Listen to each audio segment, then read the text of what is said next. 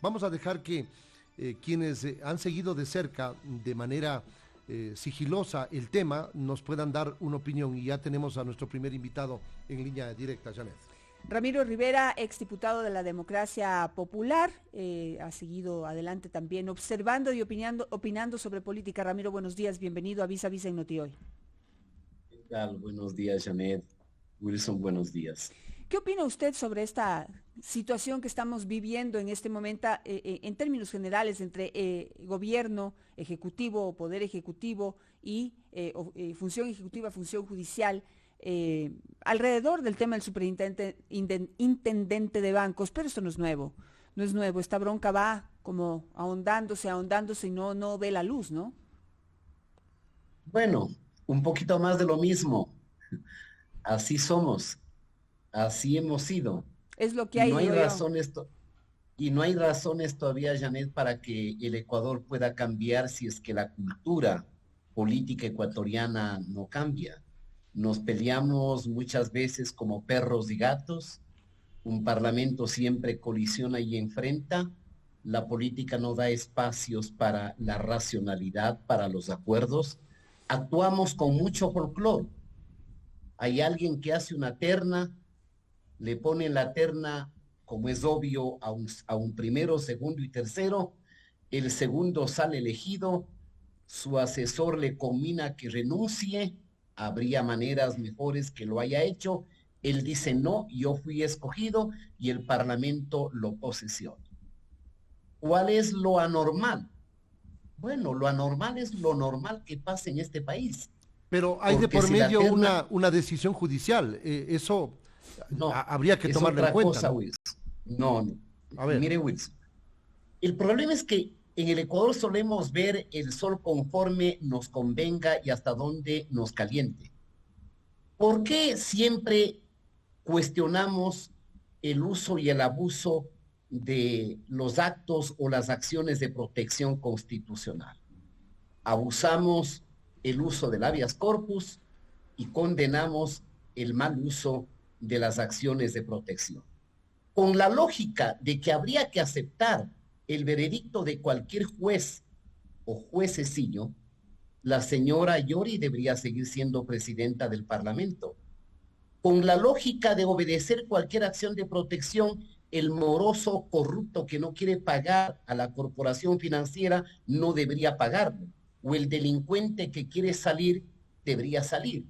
Entonces, quizá el problema del Ecuador es el que tienen algunos países de América Latina, de que por la desconfianza que siempre se tuvo en la historia por los jueces, aquí hay un control que se denomina en materia constitucional un control difuso de constitución.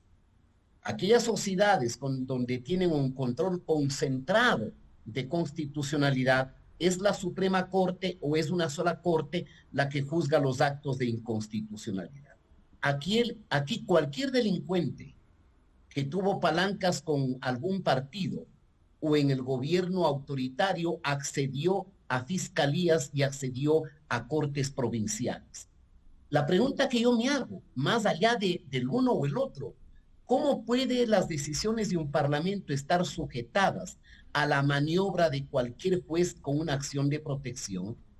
Es que eso es risible, eso es absolutamente condenable. Y de ahí ir a la idea, yo creo que loca realmente, ¿no? Pero digna de nosotros, ¿no? Turbulenta, ¿no? Tonta, digna de parte de nuestra cultura. Es porque como no nos ha gustado la decisión de una mayoría, hay que juiciar a la mayoría de los diputados. Esto pasaba solamente en las sociedades medievales europeas, con los reyes, con las monarquías. Cuando a un rey no le convenía la expresión de un parlamentario, llevaba a su guardia, lo golpeaban o lo sacaban del parlamento. Es que muy pocos todavía se enteran aquí, que desde 1689, en la Revolución Inglesa, se aprobó el Bill of Rights, es decir, la Declaración de Derechos, en virtud de la cual un parlamentario en democracia no es responsable jurídicamente hablando de lo que diga y de lo que vote. Eso en derecho constitucional se llama inviolabilidad parlamentaria. lo que en cultura ecuatoriana se confunde con la vieja inmunidad parlamentaria. ¿Eso qué significa? Que un parlamentario no puede ser imputado, investigado, procesado, juzgado, menos destituido por el ejercicio de su derecho a plantear una moción o a votar en un debate en el Parlamento. Eso no es posible. Claro, aquí se puede decir de chiste porque aquí vivimos un escenario de política pero salvaje. hay precedentes, aunque 2 errores no suman un ¿Cuál? acierto. Mire Pero usted lo que ¿cuál sucedió con precedente, Wilson? 57 diputados Por para dar favor. paso al Bueno, proceso revolucionario. bueno, Wilson, no puede ser un precedente. Hay un mal precedente, digamos, de un acto dictatorial de una dictadura, porque eso en América Latina no ha pasado. Eso pasa en Nicaragua, eso pasa en la Venezuela de Maduro, eso ha pasado en la Bolivia de Evo y en países de regímenes totalitarios. Eso fue un acto salvaje del correísmo que abrió las puertas al régimen autoritario. Pero si en el Ecuador queremos construir una democracia, la democracia también implica esencia procedimental. ¿Qué significa eso en términos cristianos? De que todos tenemos que obedecer reglas y procedimientos. Y que esos procedimientos tienen que estar ajustados al ordenamiento constitucional. Si hay alguien que plantea la inconstitucionalidad de un acto del Parlamento, acuda a la Corte Constitucional y ella va a resolver el problema. Pero no puede ser posible que como estamos empantanados en un conflicto, reitero, gregario, salvaje, de jungla, entre el Parlamento adverso al Ejecutivo y el Ejecutivo, que a quien le falta mucho de lucidez política, tenemos que judicializar el debate parlamentario. Eso no tiene sentido. No tiene sentido en Sí, ninguna doctor, democracia doctor racionalizada. Rivera, pero vea, yo sí le entiendo perfectamente y creo que estoy totalmente de acuerdo con usted porque eso es lo que todos debemos hacer, seguir el orden legal y constitucional, respetar los poderes del Estado y las decisiones de los poderes del Estado finalmente. Pero mire, aquí lo que pasa es que aquí hay tantas distorsiones y si vamos al origen del problema, ¿sí? ¿Cómo puede ser posible y no podemos aceptar un superintendente de bancos que primero acepta ser el relleno de una terna, porque eso es lo que ha sido, el relleno de una terna, él mismo lo dijo indirectamente, ¿sí? Segundo, es por bien entendido y yo creo que es importante tener conciencia de que una terna enviada por el presidente de la República, nos guste o no nos guste, tiene que estar alineado a las políticas de gobierno para el manejo de esa institución. Eso también dice el orden legal y constitucional, diferente del Contralor General del Estado que tiene que ser electo por concurso. Ahí no puede meter la mano ni la Asamblea, ni ningún grupo político y tampoco el gobierno nacional. Pero aquí, un señor que acepta ser parte de una terna, que acepta las condiciones de ser parte de la terna del presidente de la República, está consciente de que no va a ser el elegido en un inicio. Al final se le abre una puertita de oportunidad y lo que hace el hombre es empezar a complotarse con asambleístas de oposición para luego llevar a cabo un proyecto digamos, en donde hay más intereses en la oposición que en el gobierno. Eso no es aceptable, eso no puede ser que una persona con esos valores y esos principios sea el superintendente de bancos, sea una autoridad tan importante de control. Ahí es donde empieza el problema y donde empiezan ahí estos abusos, ¿no? Se le critica mucho a Aparicio Caicedo la llamada que le hizo al señor González para que se retire de la terna. Yo creo que ahí no está el problema.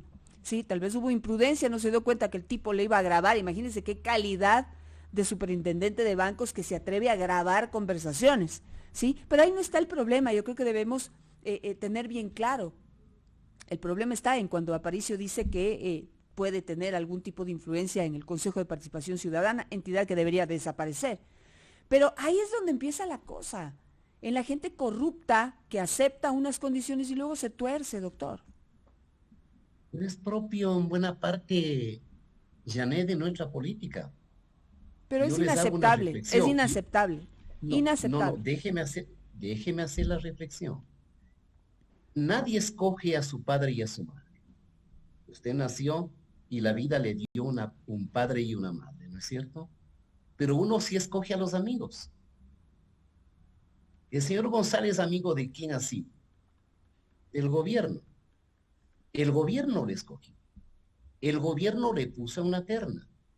Y la significación de la terna, que se supone en una sociedad racional la gente debería optar por primero de la terna, no es la primera vez, Janet, de que un parlamento escoge al segundo o al tercero de la terna. Podrían haber más casos que salgan a luz desde la democracia de 1979. Así como no es la primera vez que un gobierno pone gendarmes y policías para que no acceda el elegido a la superintendencia. También sucedió, me parece que durante el gobierno del ingeniero Febres Cordero, cuando el Parlamento constitucionalmente decidió a José Vicente Troya, que era cuñado del señor doctor Julio César Trujillo y un jurista de gran dimensión que llegó a la presidencia. El gobierno impidió que se posesione. Entonces, aquí tenemos varios elementos de la realidad. Primero, ¿a quién le correspondía hacer la terna? Al presidente. ¿Quién le puso en la terna? El presidente. ¿El presidente lo conocía? Probablemente no. ¿El presidente conoce a quiénes son sus asesores? Probablemente sí. ¿Quién le colocó a este ciudadano en la terna? Es obvio que quienes están en la terna, Janet, usted lo ha dicho con mucha claridad, deben tener un grado de fidelidad, de correspondencia, de ética pública. Si alguien le pone a usted una terna y usted pierde la confianza, estoy seguro que usted al instante renuncia. Pero el señor González no renunció porque tiene otro valor de la ética, ¿no es cierto? Porque ya amarró y ya acordó con la oposición. Pero ¿esos son los amigos del gobierno? ¿Esos amigos del gobierno merece el Ecuador? No merece el Ecuador. Entonces, este es un acto que tiene una parte de culpa quienes le asesoran al presidente, que tiene una parte de responsabilidad del jefe de Estado y una buena parte de irresponsabilidad, de mala fe, de maniobra política por parte del Parlamento. Sí. ¿No sabían que en el Parlamento había maniobra y una mayoría? ¿No sabían que el jefe de Estado se escapó de una destitución gracias a la abstención de legisladores como de la idea, algunos de Pachacuti y del Partido Social Cristiano? ¿A qué juegan? ¿A qué jugamos? Entonces me parece que la política necesita un debate mucho más objetivo sobre los hechos, y este hecho obviamente es condenable, deplorable y genera un estado de incertidumbre. Bajo la lógica de su análisis, Ramiro, el superintendente de bancos es Raúl González. Bajo la lógica del análisis y que usted acaba de realizar, ¿debería asumir el cargo Raúl González? Si el señor González tiene un atisbo de ética y de pudor, sabiendo que ha perdido la confianza en el presidente de la República, debería excusarse. Es obvio. Esto mandaría la ética en una persona con valores de decencia y de probidad. Pero si esos valores, al parecer, no los tiene, ese es el amigo que tenía el gobierno. Ese es el problema, porque no es que cayó del cielo la terna, lo hizo el gobierno. Y eso implica y da cuenta y nos regresa al mismo problema. El enorme problema, el problema de mayor magnitud del gobierno es la ausencia de un equipo político con lucidez, con inteligencia. Usted no puede trasladar a lo público, a la cuestión pública y a la administración del Estado a un grupo de jóvenes que han sido muy serviciales en su sector privado, en la empresa donde usted ha construido, diríamos, trabajo y esfuerzo. No cabe. La administración del Estado es mucho más compleja. Y fíjese usted, Wilson, que una buena parte de problemas que el presidente tiene no las ha sido provocado por él, sino por el círculo que le rodea. Ahí tiene usted el tema de un eventual conflicto de intereses entre un abogado que va con la señora directora de las aduanas a hacer una gestión en la embajada americana. Oiga, ese hecho en una democracia consolidada sería la razón suficiente para que renuncie el asesor o la directora, pero aquí no pasa nada. Y lamentablemente me parece que en todos estos temas el presidente es una víctima, es el mayor damnificado de no estar rodeado con gente de mayor calidad que sepa distinguir la dimensión de lo público, el escrutinio de lo público, el control de lo público con lo que ha sido el sector privado. Bueno, yo no lo catalogaría de víctima. Yo creo que en este punto la primera virtud que debería tener un líder o un presidente de la República es la virtud de escuchar. Y desde muchos puntos, aristas y personas que estamos interesadas en que al país le vaya bien, independientemente de quién sea el presidente de la República, que al país le vaya bien. Si al gobierno le va bien, al resto nos va bien. Si el gobierno lo hace bien, al resto nos va bien. Si lo contrario, pues evidentemente pues todos nos arrastramos con la ola de malas decisiones, de malos amigos o de mala suerte, ¿sí? Entonces yo no lo catalogaría como víctima, pero también habría que ver una realidad. Yo creo que el gobierno también está, y sin ánimo de justificar, ¿sí? Pero hace rato que viene el deterioro de la imagen de la política en nuestro país, ha alejado a la gente con probidad y a la gente con capacidad de los puestos públicos. Esa también es una realidad, porque sí, tal vez esos son los amigos que quieren estar en el gobierno, no necesariamente los mejores amigos de nadie, sí, pero también son los que aceptan meterse en las ternas y aceptan ser el relleno. Que yo estoy de acuerdo con usted, con una asamblea como la que se tiene, no puedes tener un candidato de relleno, pues. Tienes que tener 3 AAA. Pero lo malo es que no hay los AAA. O sea, los AAA no quieren, y con toda la razón, imagínense. Eso por un lado. Y por otro lado, Ramiro, mucho se ha dicho que, sí, los que dan la cara son este grupo de jóvenes, de entusiastas, sin experiencia política. Pero detrás decían que estaba la democracia popular, aconsejándole al presidente. Janet, la democracia popular desapareció hace 18 años. Y que en ese partido que desapareció hace 18 años, cuando dejé la dirección, porque yo no habría permitido que fenezca, hubo gente muy brillante, muy inteligente. Y no creo que se pueda atribuir al fantasma de una organización que no existe. Además, tome usted en cuenta que antes de las elecciones, un grupo de lo que fue la democracia popular se afilió a Creo. Hicieron un convenio con Creo. De tal manera que si haya pasado 1 o 2 personas, es que pueden ser pertenecientes a la vertiente de un pensamiento doctrinario, pero no tiene que ver absolutamente nada con algo que no existe. Además, Ramiro, justamente a eso me refería, ¿no? No a la democracia popular como partido, sino a exmilitantes que siguen como en esa línea ideológica, claro. Y el expresidente Hurtado, el expresidente Hurtado, decían que está muy, muy cercano del oído del presidente de la República. Entonces, eso yo no lo sé, no lo he visto muchos años al expresidente, es un hombre al que respeto mucho.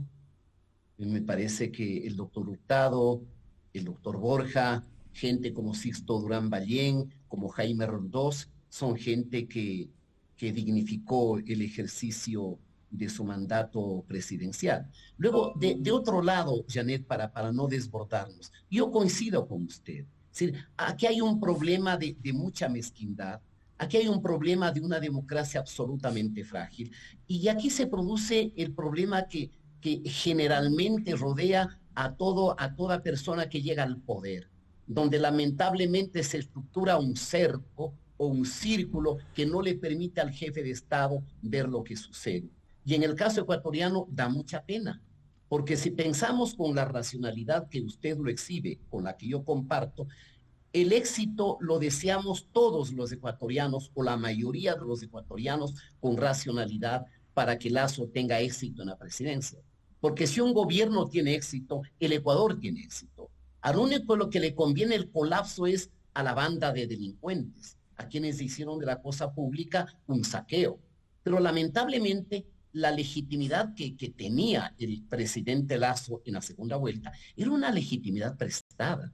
¿Por qué? Por el hecho de que el voto en la segunda vuelta no siempre es un voto a favor de quien quiero yo que sea electo, sino un voto en contra de quien no quiero que sea electo. Lamentablemente esa es la disfuncionalidad que tiene el sistema político ecuatoriano. Por eso es indispensable una reforma al sistema político para otorgarle a un gobierno mayor legitimidad. Caso contrario, este será una cruz y un calvario que ya lo han cargado sobre sus espaldas varios presidentes y que lo seguirán cargando en el futuro. Y donde lamentablemente la trivialidad o la política tribal y salvaje que tenemos no nos hace que haya espacios de lucidez para pensar en la estabilidad, en el éxito y en la prosperidad de nuestro país. Pero a ver, doctor, mire, a ver, en mi historia periodística yo recuerdo que ya estuvimos, y no sé si esa es a la reforma que hace falta, y es que los asambleístas se elijan en segunda vuelta con quien quede como presidente de la República y no en otra elección como sucede ahora. Pero cuando los diputados se elegían en segunda vuelta, lo que se armaba también eran unas mayorías y unos negociados alrededor del apoyo a ese candidato, que luego también nos iba pésimo, ¿sí? También nos fue pésimo. Por eso cambiaron y dijeron, no, hay que quitarles esa posibilidad de que negocien en segunda vuelta y ya se ferie en el país, se feree en el país. Entonces ya pasamos por ahí y volvemos al punto que es el que realmente nos tiene donde estamos. Y es la ética y la falta de valores y de principios, principalmente de quienes están en la política. Porque en este momento, pues, lo que necesitamos es gente que piense en el país y no en sus propios intereses. O sea, ahorita estamos viendo que quieren llevar a juicio político a los miembros del Consejo de la Judicatura, no para mejorar la justicia, no para que no haya impunidad, no para tener una estructura fuerte que enfrente al narcotráfico que ya empezó a develarse de una manera violenta. No es para eso. Es para poder limpiar el pasado judicial de dos líderes, uno preso y el otro fuera del país, que quieren quedar limpios para volver a la jugada, para volver a las canchas. Entonces, ese es el problema. El problema no es un problema de no planteemos hacer más reformas. No es un problema de leyes y no es un problema de instituciones. Las instituciones no se han fortalecido porque quienes ocupan los cargos en esas instituciones se encargan de destruirla, de adentro hacia afuera. Bueno, usted tiene razón, o sea, es muy difícil objetar lo que usted señala que es inobjetable. Lamentablemente, Janet, no siempre la gente más buena ingresa a la política. O cuando hay gente buena en la política, que también la hay, los malos son los que proyectan una imagen absolutamente negativa, perniciosa, perversa, y a veces en los análisis ponemos a todos en el mismo costal. Yo me acuerdo en los años 2005, 2006, para grandes comunicadores toda la política era un asco, la repelencia era total, y se permitió que se abran las puertas al autoritarismo populista. Lamentablemente la gente buena, como usted señala, no quiere mancharse con la política y lamentablemente la política, por ausencia de calidad y de ética, se ha empobrecido enormemente. Si usted propone a alguien decente, alguien formado, informada, que acceda al Parlamento, probablemente se va a negar. Hoy mismo estamos a las puertas de un nuevo capítulo donde la política es una continuación del espectáculo y de la farándula. Lamentablemente este es un problema no exclusivo del Ecuador, es un problema general de América Latina y también de Europa. En Europa también ha habido personajes de la farándula que pasan al escenario del folclore y de la política. Entonces, algún momento hay que mejorar la ética, pero claro, la ética tampoco cae del cielo de la noche a la mañana. Implica tener mejores universidades, mejores profesionales, mejor comunicación, más calidad del debate, porque lamentablemente aquí no debatimos los temas, aquí simplemente se agrede uno contra otro. La enorme personalización de la política abandona el espacio de los contenidos de la política. Y lo que sucede obviamente que es absolutamente deplorable. Con un ingrediente más, Janet, que le falta a usted complementar y que es verdad. La presencia omnipotente de las redes de narcotráfico es tan grande que no solamente ha logrado sortear los poros de la sociedad y a penetrar instituciones públicas del Estado ecuatoriano, sino que será altamente probable que el dinero sucio del narcotráfico gane prefecturas, alcaldías y hasta pueda tener representantes en el Consejo de Participación Ciudadana. Eso es lo deplorable. Doctor. Y aquí sí hay que desconocer en esta coyuntura que el presidente Lasso está dando una guerra frontal contra el narcotráfico. Eso es lo que explica la expansión de la violencia de bandas que antes coexistieron o cohabitaron con el populismo corrupto que gobernó durante una década. Doctor, pero ahí la alternativa es una consulta popular que abarque el tema de seguridad, como lo están mencionando. Consulta popular que nuevamente vuelve al tapete de la discusión, más allá de que en determinados momentos han sido mencionadas esas posibilidades por parte de diversos funcionarios de gobierno. La consulta popular es el camino, desechada ya la muerte cruzada, ¿esa es la alternativa? El Ecuador, Wilson, es uno de los países de América Latina que más consultas populares ha hecho, me parece que luego de Uruguay. Hemos tenido desde el 78 hasta hoy, me parece que una docena de consultas populares, unas exitosas, otras fallidas. Las consultas siempre dependen de las coyunturas y me parece que lamentablemente el gobierno del presidente Lasso manoseó mucho el tema de la consulta, que ya viene, que el reloj marcha, que ya está preparado, que va porque va, etcétera, etcétera. Entonces yo diría, consulta popular, ahora, ¿es en serio? ¿Ya va a cuajar? ¿Cuántas preguntas? ¿30? ¿De qué temas? ¿La vamos a mezclar con las elecciones seccionales? ¿No han pensado que la consulta popular en coyunturas adversas es un riesgo? ¿No han pensado que muchas veces la gente no se pronuncia por el contenido de la pregunta, sino por la simpatía, la apatía o la antipatía a quien ejerce el poder? Yo creo que es una cosa seria, que no debemos manipularla mucho. Esperemos que el gobierno tenga ideas más claras, que haya una consulta previa de constitucionalidad a la Corte Constitucional y que sea posible llevar a una consulta popular peligrosamente en paralelo a la elección seccional, pero con suficiente autonomía para que se eduque, para que se debate los temas ante la gente y la ciudadanía pueda tomar una decisión, una consulta no contaminada con la lógica de la oposición o con la lógica de la beligerancia que vivimos este momento. Es un tema serio que hay que tomarlo con un poco más de seriedad. Perfecto. Muchas gracias. Muchísimas gracias, Ramiro. Doctor Ramiro A Rivera, ustedes, por estar esta mañana en Vis a Vis en gracias. Noti Hoy. Muchas gracias por sus aportes y el análisis. Vamos Buenos a hacer días. una pausa, enseguida regresamos con más aquí en Vis a Vis en Noti Hoy. No se vayan. Radio Centro. Una estación del grupo The Voice Radio Network.